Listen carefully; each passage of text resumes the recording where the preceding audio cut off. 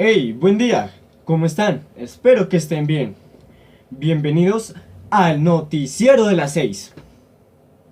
Bien, hoy en nuestra sección de presidentes vamos a hablar de un señor que fue alguien bastante importante, no por el simple hecho de que haya sido presidente de Colombia, sino que causó un gran impacto. Bien, fue una persona que, o bueno, uno de los presidentes que ha dejado huella en este país. Bueno, César Gaviria actualmente es el director del Partido Liberal y pues fue presidente de Colombia entre 1990 y 1994. Muchos lo recuerdan especialmente por las reformas que llevó a cabo.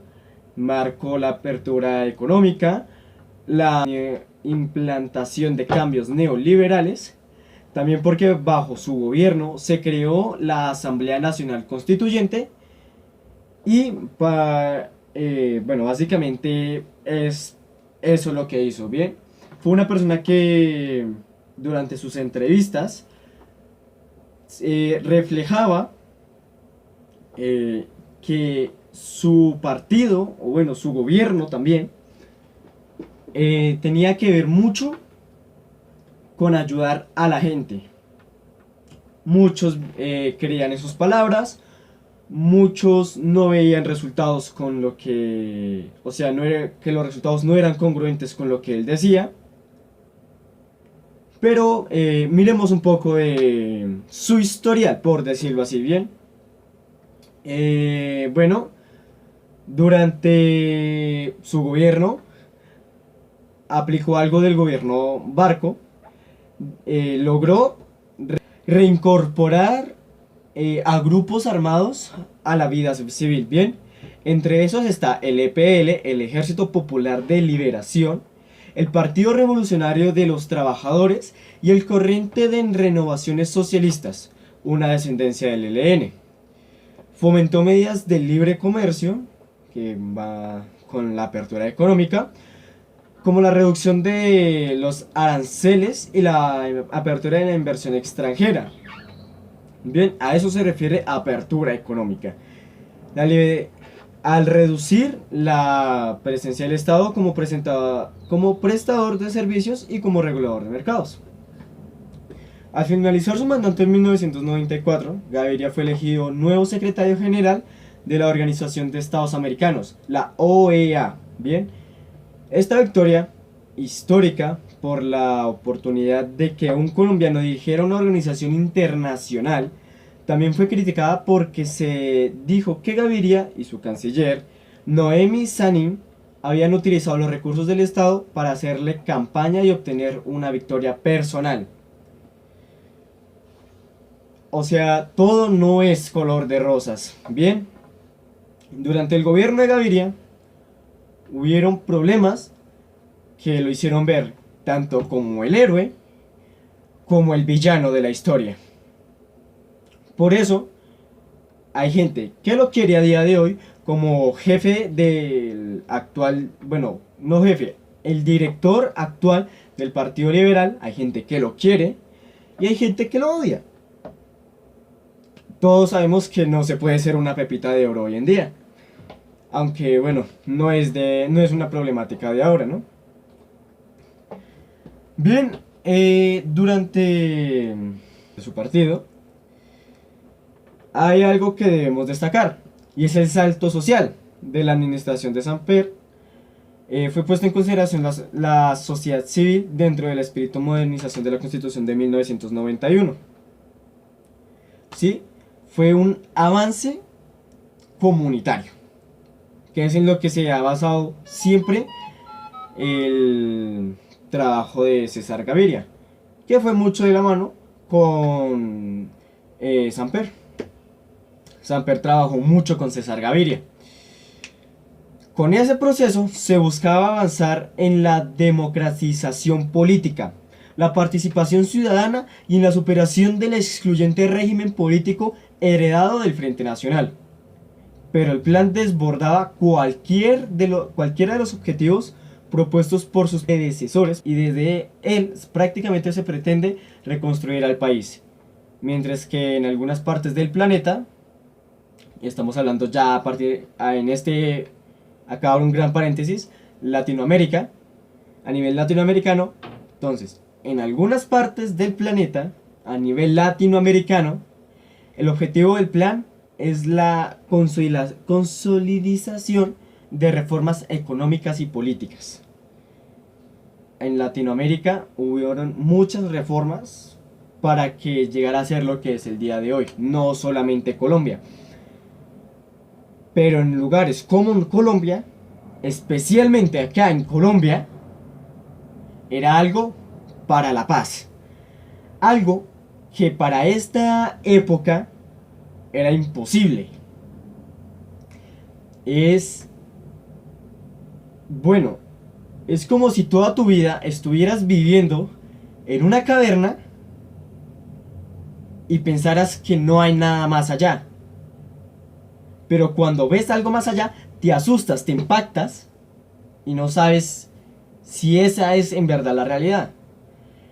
Y bueno, César Gaviria aportó mucho a la desmovilización y reincorporación a la vida civil de grupos armados no legales, o sea, parte del ejército, que eran recluidos, ejemplo la ASFARC, que gracias a Santos pues se reincorporó a la vida civil. Bien, Colombia emprendió importantes transformaciones a comienzos de los 90, como la consolidación del proceso de descentralización y el nuevo modelo de desarrollo basado en la apertura económica. Estos procesos han estado acompañados de un crecimiento importante en el tamaño de las finanzas del Estado, que hoy se reflejan en un desbalance entre los recursos del sector público y los gastos con los que está comprometido. Así, la participación del gasto público del gobierno central como porcentaje de la PIB ha crecido en un 10,9% en 1990 a un 17,5% en 1996. Mientras tanto, el gasto total del sector público en 1990 fue de 23,7% y subió en 1995 de 29,9%. ¿Esto qué quiere decir? Que con la apertura económica, con el trabajo hecho por César Gaviria y su grupo de trabajo, se incrementaron porcentajes con los que de ingresos, bien. Cuando se observaba la escasa participación de la inversión pública colombiana frente a los gastos totales del gobierno y la formación de diversas leyes sectoriales comprometen recursos de inversión, queda claro el estrecho margen de modalidad en la asignación de prioridades con que este cuenta. Ha venido disminuyendo en los últimos años por la disminución porcentual de los pagos de inversión frente a aumentos importantes en funcionamiento y pago de la deuda. Nosotros estamos pagando una deuda por confiabilidad. Bien, esto de la apertura económica conllevó mucho a que Colombia utilizara una gran red eléctrica, la cual son dos, bien. Colombia tiene dos fuentes de energía: termoeléctrica, que es la que consume gas, la que consume carbón o petróleo, y la hidroeléctrica, que es la que consume pues el agua. Bien, durante el gobierno de César Gaviria hubo algo conocido como la hora Gaviria o como el apagón. Esto fue un racionamiento eléctrico por el hecho de que una de estas hidroeléctricas falló. Las termoeléctricas no estaban funcionando, las hidroeléctricas tampoco. Y para que Colombia no sufriera, pues se tuvo que hacer un racionamiento económico, un racionamiento eléctrico. Bien, la hora Gaviria constaba en que la hora se corría más, una hora de más, 2 horas de más, para aprovechar más la luz del sol. Y el pago que les acabé de decir, la deuda, es justamente eso: hacer que las termoeléctricas, porque las termoeléctricas no funcionan todo el día, todos los días, como las hidroeléctricas, solamente del pago que se les da es para que funcionen en momentos de emergencia. Miremos un dato curioso de lo que pasó de un bajón de energía del 2016. ¿Qué pasó? Una de las hidroeléctricas falló y las termoeléctricas estaban funcionando. Las termoeléctricas habían dicho que no iban a poder aguantar, porque no están diseñadas para aguantar mucho tiempo. Bien, las termoeléctricas principalmente es como tener una tienda cerrada esperando a que las demás tiendas cierren para él poder abrir y generar ganancia. La deuda que se refleja aquí, de entre 1990 a 1995, 96 en adelante,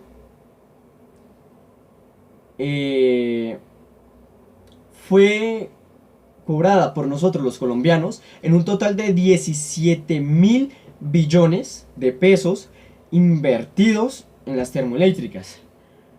Cuando las termoeléctricas empezaron a decir que no iban a aguantar, la gente los recibió a tomatazos. Hagan de cuenta que están en una obra de teatro y que todos les lanzan tomates. Pa, pa, pa, pum.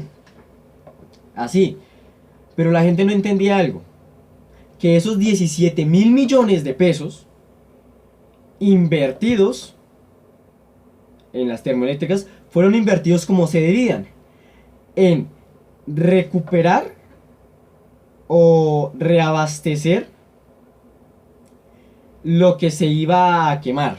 Bien, el combustible. Les recuerdo, las termoeléctricas queman diésel, carbón o petróleo. Y el problema es que las termoeléctricas estaban funcionando con el Fuel Number 6, que es un tipo de petróleo con el que las termoeléctricas no trabajan bien. Entonces las termoeléctricas, tras de que están trabajando con un mal gestión financiero, más encima tuvieron el gran problema de que la gente los abuchaba, pero la gente no entendía cuál era en verdad el problema. Esa es la deuda y el pago por confiabilidad que se originó a partir de lo que pasó con el apagón durante el gobierno de César Gaviria. Bien. Bueno, fueron muchos y diversos los factores que precedieron el déficit fiscal. Bien, ahora nos metemos ya con la fiscalía. Vamos a echarle un pequeño vistazo a lo que pasó con el manejo fiscal durante la época de César Gaviria. Bien, en los inicios de los 90, el déficit fiscal fue a principios de los 90. Los problemas de los 90 fueron grandísimos, y sin mencionar lo que fue 1900 en adelante y lo que fue 1900 en adelante, no, 1900 a 1996 y de 1900 hacia atrás. Bien, Eh, Cabe destacar lo siguiente del déficit fiscal: el desplome de la tributación nacional, el rezago de las tarifas de servicios públicos y el precio de ciertos productos claves como la gasolina y los agrícolas respecto a sus costos de adquisición y o provisión. Lo que les decía, se estaba manejando provisión, es mejor decir así, provisión, con un gasto financiero no exacto, ¿sí? O sea, se tomaba un referente que no era el real. También cabe destacar el desbordamiento de los gastos corrientes entre 1980 y 1984. Considero que es algo importante a tener en cuenta. Y el sistemático avance de la inversión en una época de auge del endeudamiento externo. Estuvimos muy endeudados con países fuera de Colombia.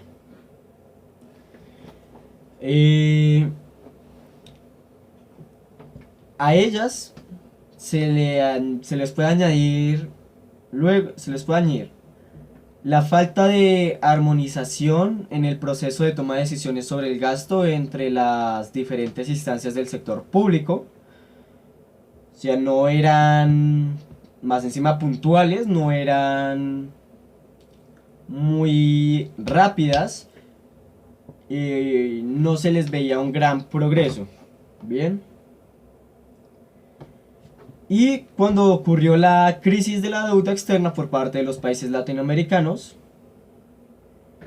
se vivió una estrechez del mercado interno de capitales y olas de dificultades de acceso al crédito externo, aumentando así la magnitud del déficit fiscal. Esto más tiene que ver con la caída de la bolsa, podría decirse. A finalizar el gobierno Barco, comienza a haberse una iniciativa para racionalizar el comercio exterior. O sea, aparte del racionamiento eléctrico, ahora sí viene el racionamiento económico. Acá es cuando uno toma la decisión de qué necesito y qué no necesito. ¿Qué necesito para mi diario vivir? Para mi comida, si tengo coche para pagarlo, que la electricidad, que el agua, y que no necesito. Cosas más allá que no son muy importantes para nosotros. Eso era en ese entonces, bien.